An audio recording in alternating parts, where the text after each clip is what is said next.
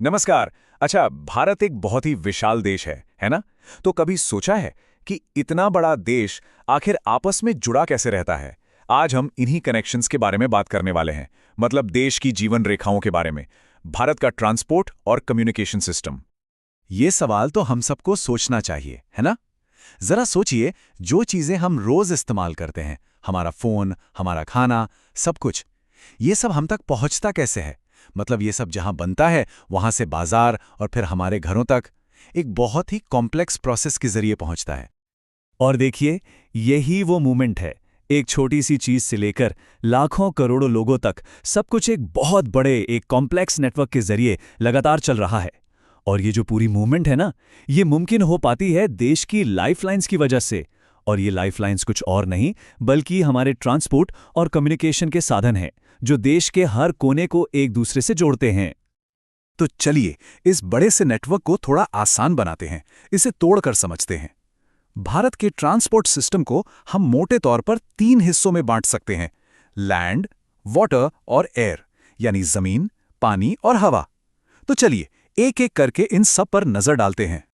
तो शुरुआत करते हैं जमीन से, लैंड ट्रांसपोर्ट से। ये सबसे बेसिक और सबसे जरूरी माध्यम है। सच कहें तो ये भारत की कनेक्टिविटी की रीढ़ की हड्डी है, जो देश के ज्यादातर हिस्सों को आपस में जोड़ती है।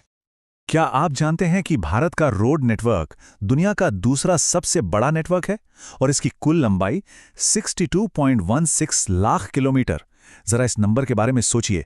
ये इतना लंबा है कि आप पृथ्वी के चारों ओर करीब करीब 155 बार चक्कर लगा सकते हैं। कमाल है ना? भारत में सड़कों का इतिहास भी बहुत लंबा और दिलचस्प है।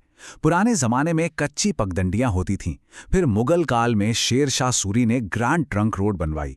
और आज़ादी के बाद 1943 में नागपुर प्लान आया, जो सड़क बनाने का पहला ऑर्गेनाइज्ड एफर्ट था। और फिर 1995 में NHAI बना। तो हमारी सड़कों ने एक बहुत लंबा सफर तय किया है। अभी जो आंकड़े हैं ना, ये एक बहुत ही इंटरेस्टिंग कहानी बताते हैं।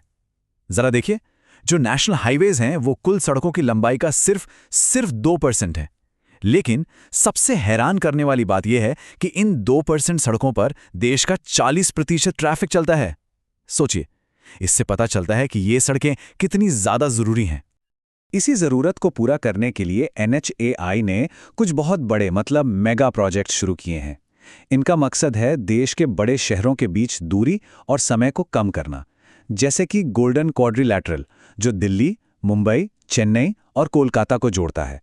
और फिर हैं नॉर्थ साउथ और ईस्ट वेस्ट कॉरिडोर्स, जो सही में देश के एक कोने से दूसरे कोने को जोड़ते हैं, श्रीनगर से कन्याकुमारी और सिलचर से पोरबंदर तक। और अब बात करते हैं कुछ अनसंग हीरोज की। सीमा सड़क संगठन यानी BRO। ये वो ऑर्गेनाइजेशन है जो देश के सबसे मुश्किल इलाकों में, ऊंचे ऊंचे पहाड़ों पर, बॉर्डर एरियाज में सड़कें बनाती हैं। ये हमारी सीमाओं को सुरक्षित रखने में बहुत बड़ा रोल निभाते हैं। दुनिया की सबसे ऊंची मोटरेबल रोड्स बनाने का काम भी इन्होंने ही किया है। सड़कें सिर्फ देश के अंदर ही नहीं जोड़ती, बल्कि देशों को भी आपस में जोड़ती हैं। ये जो इंटरनेशनल हाईवेज हैं, जैसे दिल्ली लाहौर बस सर्विस या अमन सेतु पुल, ये ट्रेड और डिप्लोमेसी के लिए बहुत ज़रूरी हैं। ये पड़ोसी देशों के साथ हमारे रिश्तों को भी बेहतर बनाने में मदद करती हैं। अच्छा, सड़कों की बात तो हो गई। अब लैंड ट्रांसपोर्ट के दूसरे बड़े हिस्से पर आते हैं, यानी हमारी अपनी भारतीय रेल। इंडियन रेलवेज ने हिस्टोरिकली इस देश को एक साथ लाने में बहुत ही बड़ा रोल निभाया है। देखिए, खुद महात्मा गांधी ने कहा था कि भारतीय रेल अलग अलग कल्चर के लोगों को एक साथ लेकर आई, ताकि वो भारत की आज़ादी की लड़ाई में अपना योगदान दे सकें। तो इससे पता चलता है कि रेलवे सिर्फ ट्रांसपोर्ट का एक जरिया नहीं है, इसने हमारे समाज पर, हमारे कल्चर पर बहुत गहरा असर डाला है। अच्छा, कभी आपने सोचा है कि रेलवे की पटरियों के बीच की दूरी अलग अलग क्यों होती है? इसी को गेज कहते हैं।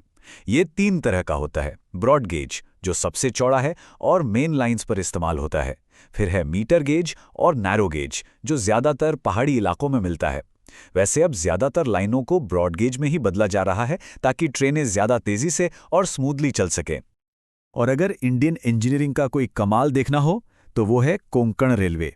सोचिए, महाराष्ट्र के रोहा से कर्नाटक के मंगलुरु तक 760 किलोमीटर का ये रास्ता 146 नदियों, करीब 2000 पुलों और 91 सुरंगों से होकर गुजरता है। ये सच में एक इंजीनियरिंग मावल है।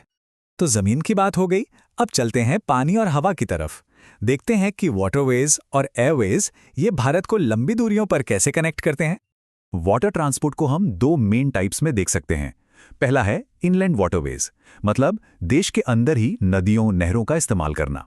ये भारी सामान के लिए सबसे सस्ता तरीका है। और दूसरा है ओशियनिक रूट्स, मतलब समुद्री रास्ते, जो हमारी 7,517 किलोमीटर लंबी कोस्टलाइन का इस्तेमाल करते हैं इंटरनेशनल ट्रेड के लिए। और ये समुद्री रास्ते हमारी इकोनॉमी के लिए कितने ज़रूरी हैं, इसका अंदाज़ा आप इसी बात से लगा सकते हैं। भारत का 95%, जी हाँ 95% जो फॉरेन ट्रेड है वॉल्यूम के हिसाब से, वो इन्हीं समुद्री रास्तों से होता है। ये एक बहुत बड़ा नंबर है। और अब सबसे तेज साधन, एयर ट्रांसपोर्ट। इसने तो ट्रैवल टाइम को बिल्कुल ही कम कर दिया है। इसकी शुरुआत 1911 में एक एयरमेल फ्लाइट से हुई थी और आज सरकार उड़ान जैसी स्कीम से इसे आम लोगों के लिए भी अफोर्डेबल बनाने की कोशिश कर रही हैं। और हाँ, पवन हंस जैसी हेलीकॉप्टर सर्विसेज मुश्किल इलाकों तक पहुंचने में बहुत मदद करती हैं। चलिए, आप कुछ ऐसी लाइफलाइंस की बात करते हैं जो हैं तो बहुत ज़रूरी, लेकिन हमें रोज़-रोज़ दिखाई नहीं देती। मतलब दी अनसीन लाइफलाइंस। जैसे कि पाइपलाइंस, ये लिक्विड्स और गैस जैसे क्रूड ऑयल और नेचुरल गैस को लंबी दूरी तक ट्रांसपोर्ट करने का सबसे एफिशिएंट तरीका है। इनसे जुड़ी जो बड़ी बड़ी परियोजनाएं हैं, जैसे HVJ पाइपलाइन, वो देश के इंडस्ट्रियल डेवलपमेंट के लिए बहुत ही क्रूशल हैं। ट्रांसपोर्ट के साथ साथ कम्युनिकेशन में भी एक रेवोल्यूशन आया है। एक तरफ हैं पर्सनल कम्युनिकेशन के तरीके, जैसे इंटरनेट और ईमेल, इसने तो इन्फॉर्मेशन को हमारी उंगलियों पर ला दिया है। और दूसरी तरफ है मास कम्युनिकेशन के माध्यम, जैसे आकाशवाणी और दूरदर्शन, जिन्होंने दशकों तक पूरे देश को जानकारी और एंटरटेनमेंट से जोड़े रखा। तो कुल मिलाकर ये सारे नेटवर्क्स, चाहे वो सड़कें हों, रेल हो, जलमार्ग, वायुमार्ग हों या फिर कम्युनिकेशन, ये सब हमारे देश की धमनियों और नसों की तरह हैं। मतलब ये हमारी इकोनॉमी, हमारी डिफेंस और हमारी रोज़ की ज़िंदगी के लिए वाइटल हैं, बहुत ही ज़रूरी। तो आखिर में एक सवाल, भविष्य की तरफ देखते हुए नई नई टेक्नोलॉजी आ रही है, ड्रोन्स, इलेक्ट्रिक व्हीकल्स, हाइपरलूप, इन सब के साथ भारत के ट्रांसपोर्ट का फ्यूचर कैसा दिखेगा? भारत की अगली बड़ी यात्रा कैसी होगी? ये सोचने वाली बात है ना?